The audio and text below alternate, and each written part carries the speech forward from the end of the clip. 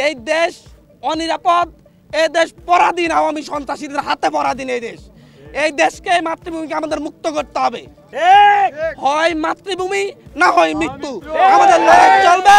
সে যে উপদেষ্টারা এই নীতি গ্রহণ করবে না, তারা চেয়ার থেকে লাথি মেরে নামিয়ে দেওয়া হবে।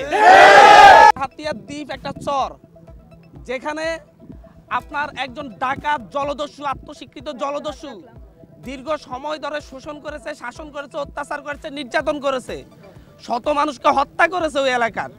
সেখানের বিষয়ে আমি গত কয়েক মাস যাবৎ উপদেষ্টাদেরকে বিভিন্নভাবে বলছি যে ওখানে একটি অস্ত্র অভিযান চালানো হোক, কিন্তু তারা কোনো অস্ত্র অভিযান চালায় নাই।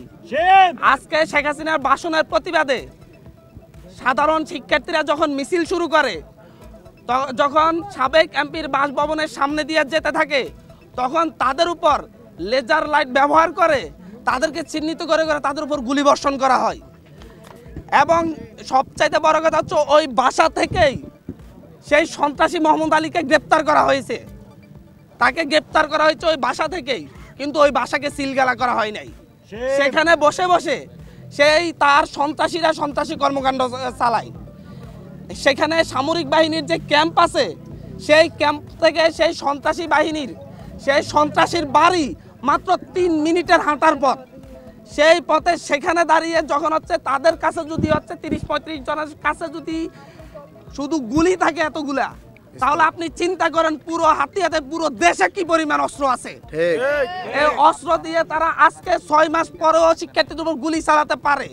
তাহলে কেন সামরিক বাহিনীকে ম্যাজিস্ট্রেসি পাওয়ার দেওয়া হয়েছে? কেন 2000 ছাত্র জনতা জীবন দিয়ে স্বরাষ্ট্র উপদেষ্টা নামক এক অপদার্থকে ছেড়ে বসিয়েছে?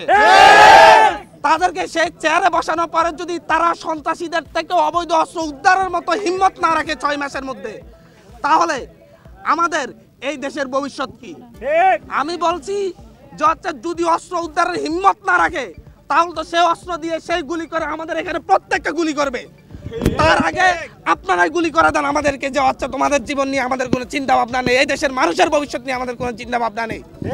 আমার সেখানে অলরেডি একজন শিক্ষার্থী গুরুতর আহত হয়েছে গুলিবিদ্ধ হয়ে। পুলিশ থানা থেকে পালিয়েছে, কোনো ধরনের ব্যবস্থা নেয় নাই সন্ত্রাসীদের ভয়ে। নেভির কাছে যখন যাওয়া হয়েছে, নেভি ফোর্স নিয়ে বের হবে, গাড়িতে উঠেছে, রেডি হয়েছে। তার আগ মুহূর্তে যে কোনো একটা ফোন কলের কারণে তারা সেখান থেকে আবার ফিরে গিয়েছে। এখনো রাস্তায় দাঁড়িয়ে তারা শেখ হাসিনার নামে স্লোগান দিচ্ছে, মোহাম্মদ আলীর নামে স্লোগান দিচ্ছে এবং গুলি বর্ষণ করতেছে, চারদিকে সাউন্ড গ্রেনেড মারছে। তাহলে এদের বিরুদ্ধে অ্যাকশন নিবে কে?